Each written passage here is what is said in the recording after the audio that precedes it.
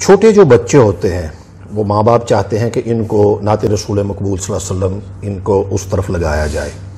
بنیادی سٹیپس کون سے ہیں کہ جس پر چل کر وہ باقاعدہ ریل با ادب نعت خوانی کی طرف جائے؟ دیکھیے، بچوں کی نعت خوانی کے حوالے سے میں سب سے پہلے تو یہ بات کہوں گا کہ ہم بچوں کو جو نعتیں یاد کرا رہے ہیں بنیادی طور پر وہ بچوں کے لیے ہے ہی نہیں. اللہ اکبر. سب سے پہلے یاد رکھیے کہ ہمارے ہاں ایڈورٹائزنگ میں ہم پیغام کو کسی بھی ایڈ کو بناتے وقت یہ تعین کرتے ہیں کہ یہ ایڈ کس عمر کے لوگوں کے لیے بن رہا ہے. اس کی عمر 10 سے 15 سال ہے، 20 سال ہے، 20 سے 25 ہے، 50 ہے اور یا اس سے ابو ہے. جی. ہم اس کی ذہنی ساخت کو، اس کی ویکیبلری کو، اس کے ذہن میں لفظوں کے جو ذخیرہ ہے اس کو دیکھتے ہوئے اس سے کوئی بات کہتے ہیں تاکہ وہ سریع الاثر ہو، فوری طور پر اس کے پہنچ جائے. جی. جیسے ایک ایڈ آیا تھا، اے خدا میرے ابو سلامت رہے. اسٹیٹ لائف کا ایڈ تھا، لیکن کتنے لوگوں کو یاد ہوگا اسٹیٹ لائف کا ایڈ؟ لیکن وہ پیغام یاد رہے. ایک بات آج تک ہے. اس طرح کے اور بہت سارے ایڈ آئے. ہمارے ہاں جو نعتیں ہم پڑھ رہے ہیں اساتذہ کی، بڑوں کی محافل میں، وہ اسکول میں بچوں کو پڑھا رہے ہیں. تو بچوں کا ادب اور ہے، اس کی سطح اور ہے. اگر آپ اس میں نبی کریم صلی اللہ علیہ وسلم کے حوالے سے ان باتوں کا اظہار کریں جو ایک بچے کے دل میں آتی ہیں کہ اگر میں حضور علیہ الصلوۃ والسلام کے دور میں ہوتا تو حضور علیہ الصلوۃ والسلام کے ساتھ کس طرح چلتا، ان کے پیچھے پیچھے جمعے کی نماز پڑھنے کیسے جاتا، وہ مجلس میں بیٹھے ہوتے تو میں چھپ کر دیکھتا یا قریب جا کر دیکھتا کہ وہ کیا کر رہے ہیں اپنے اصحاب میں.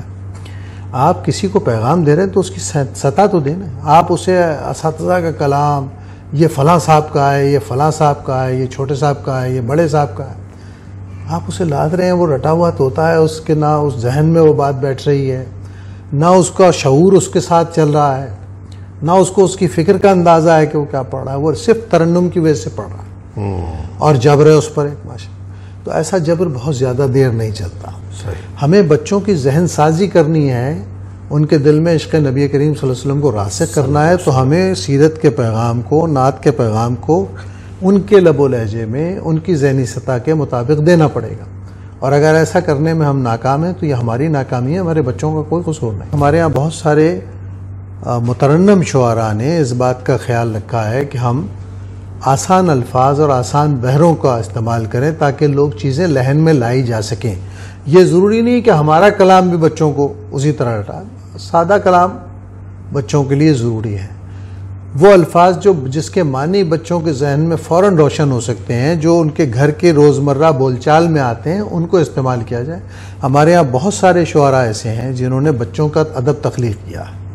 انہوں نے بچوں کی نعتیں بھی لکھی ہیں. حکیم سعید صاحب اپنے رسالے نو نہال میں وقت کے عام ترین شعراء کو پیسے دے کر ان سے نعتیں اور حمدیں اور نظمیں لکھواتے تھے. بالکل کثیر سرمایہ موجود ہے. میں خود ادب اطفال کے حوالے سے بعض دوستوں سے کہہ رہا ہوں کہ بھائی گفتگو کیجیے آ کے. اس میں ڈاکٹر ریاض مجید صاحب سے میری بہت تفصیلی گفتگو ہوئی. پھر ایک طاہر صاحب ہیں، طاہر صدیقی صاحب، اسلام فیصل آباد میں، انہوں نے اس صورت میں کوئی کام کیا. تو میں نے اسے کہا کہ اس کو آپ باقاعدہ ایک پروگرام کی شکل دیں اور اس کو ٹیبلو کی شکل میں ریکارڈ کریں. تو بچوں کو دیکھیں نا، آج کل اب دعوت اسلامی کا ایک اچھا کام آیا، اس سے پذیرائی کرنی چاہیے. انہوں نے بچوں کی ویڈیوز بنائی ہیں، اس میں سیرت کی باتیں کی ہیں. تو کام کی بات کریں گے تو وہ تیزی سے پہنچے گی.